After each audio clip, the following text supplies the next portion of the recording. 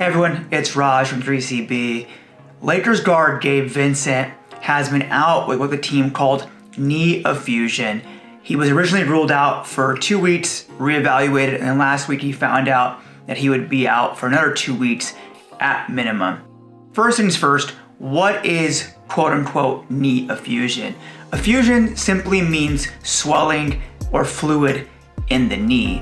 The question becomes, why is there swelling in that knee? First thing that comes to mind for me typically is a large jump in activity or intensity, which you often see at the start of the season. In Gabe's case, he missed the last few preseason games with low back tightness, and then he was playing nearly 35 minutes per game in the early season because Austin was still getting some of his legs back. That can lead to some irritation in that knee. Additionally, Gabe played a lot of minutes in last year's playoffs, high intensity minutes that he's not used to. So again, that could lead to some insults to the knee. A lot of times this is due to some cartilage irritation. In some cases, that cartilage can be loose in the knee, what's called a quote loose body, which needs to be removed arthroscopically, but that does not seem to be the case here with Gabe.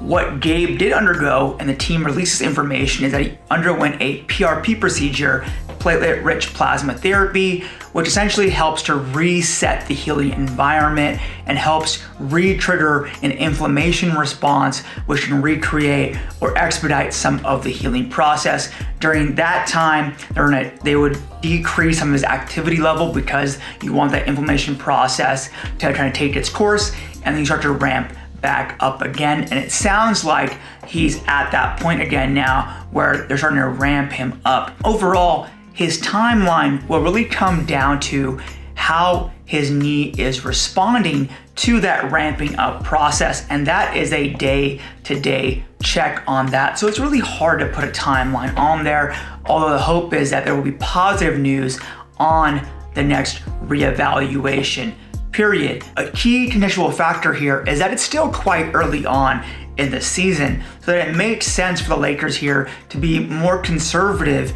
in order to nip this in the bud and make sure that this isn't something that pops up later on in this season or lingers for the majority of the season. As always, I'll keep you updated as we learn more information.